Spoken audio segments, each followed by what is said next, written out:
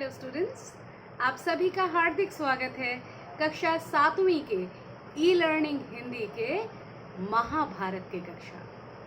तो स्टूडेंट्स, इससे पहले हम पढ़ चुके हैं कि जो है द्रौपदी के स्वयंवर का बहुत इलेबोरेट सा आयोजन होके रखा है और इस आयोजन में जो है पांडव भी पहुँचे हैं और कर्ण, दुर्योधन आदि सभी योद्धा मुँह की खा चुके हैं।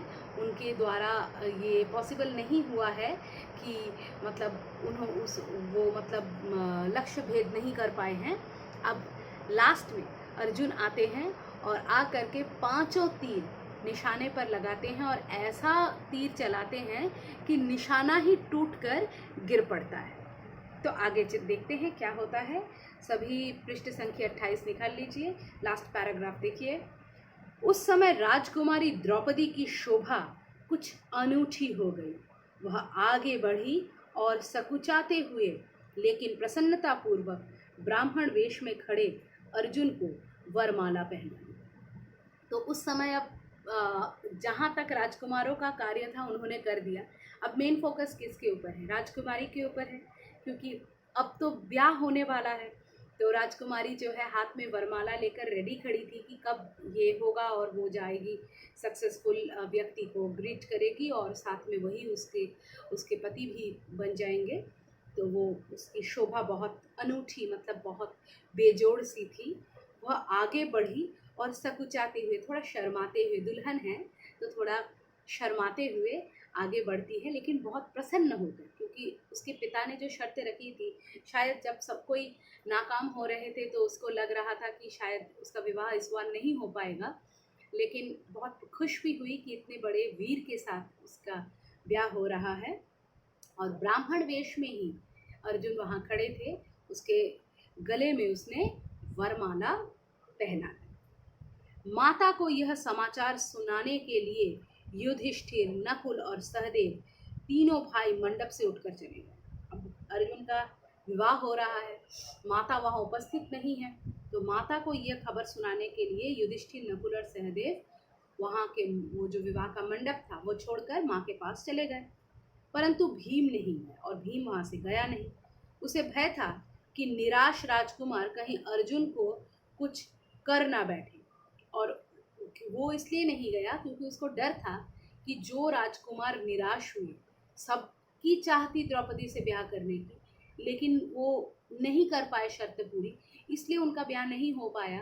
तो इस भीम को इसी बात का डर था कि कहीं ये जो निराश राजकुमार हैं, ये मेरे भाई अर्जुन को बदला लेने के लिए दुख में आके, रोष में आके कोई हानि ना पहुंचा दे, तब तो बहुत बुरा हो जाएगा। ठीक है, परंतु भीम इसलिए वो रह गए। भीमसेन का अनुमान ठीक ही निकला। राजकुमारों में बड़ी हलचल मच गई। भीमसेन भाई बहुत बड़े योद्धा थे, उनको पता है कि किस प्रकार से शत्रु हमला कर सकते हैं, तो उनकी बात सही निकली। राजकुमारों में बहुत हलचल मच गई। उन्होंने शोर मचाया, वे शोर मचाने लगे। राजकुमारों का जोश बढ़ता गया। ऐसा प्रतीत हुआ कि भारी विप्लव मच जाएगा, और ऐसा लगा कि भारी विप्लव यानी क्रांति आ जाएगी, एकदम सब कुछ अस्त व्यस्त हो जाएगा। यह हाल देखकर श्री कृष्ण, बलराम और कुछ राजा विप्लव मचाने वाले राजकुमारों को समझाने लगे। श्री कृष्ण, बलराम ये सब तो वहाँ पर इस मोमेंट के साक्षी बनने आए थे, वो तो पार्टिसिपेट करने नहीं आए थे। तो वो जो है समझाने लगे राजकुमारों को, वे समझाते रहे। और इस बीच भीम और अर्जुन द्रौपदी को साथ लेकर कुम्हार की कुटिया की ओर चले गए। तब तक ब्याह कंप्लीट हो गया, और इस बीच जो है भीम और अर्जुन द्रौपदी को एस्कॉर्ट करके वहाँ से लेकर कुम्हार की कुटिया, जहाँ पर आजकल वो रह रहे हैं, वहाँ चले।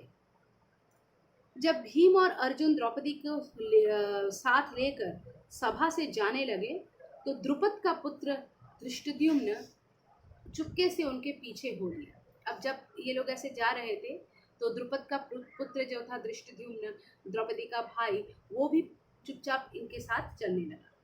कुम्हार की कुटिया में उसने जो देखा, उससे उसके आश्चर्य की सीमा न रही। जब वो कुम्हार की कुटिया पहुंचा तो उसने जो देखा वो आश्चर्यचकित हो गया। क्या देखा? वो तुरंत लौट आया और अपने पिता से बोला। अब उनको पता था कि उन्होंने एक ब्राह्मण के साथ अपने मतलब बहन का विवाह करवाया है, अपनी बेटी का विवाह करवाया है। ये सब उनके परिवार वालों को लग रहा था और द्रौपदी भी यही जानती थी कि उसका कोई राजकुमार के साथ विवाह नहीं हुआ है।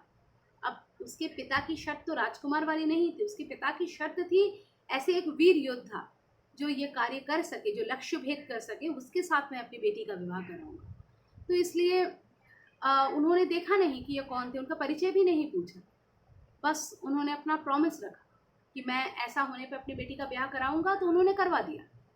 अब धृष्टद्युम्न ने गया और जा करके उसको कुछ शक हुआ और वो तुरंत लौट आया। लौट कर वो पिताजी से बोला, पिताजी मुझे तो ऐसा लगता है कि ये लोग कहीं पांडव ना हो, यही पांडव हैं शायद।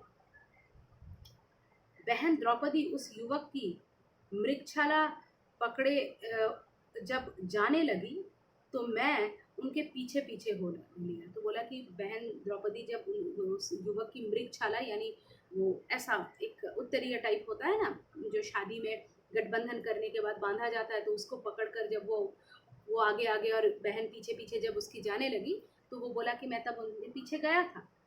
वे कुम्हार की झोपड़ी में जा पहुंचे, कुम्हार की झोपड़ी में गए वो लोग और वहां अग्निशिखा की भांति एक तेजस्वी देवी बैठी हुई थी। और वो कोई नॉर्मल देवी नहीं थी और नॉर्मल औरत नहीं थी, अग्निशिखा की भांति एक तेजस्वी देवी बैठी हुई थी। वहां जो बातें हुई उनसे मुझे विश्वास हो गया कि वह कुंती देवी ही होनी चाहिए।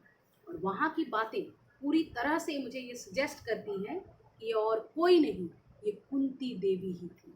तो अगर ये कुंती देवी थी तो इनके पुत्र यानी ये पांडव थे, तो उनकी बहन का विवाह किसी और से नहीं, अच्छे भले राजकुमार से, सबसे श्रेष्ठ धनुधर से हुआ। इसकी खुशी उन्हें बहुत हुई और इसीलिए वो तुरंत लौट आया सेटिस्फाइड दिल से और अपने पिता को ये बताने। तो आज यहीं तक रखते हैं, अगली कक्षा में हम चैप्टर को समाप्त कर देंगे। धन्यवाद।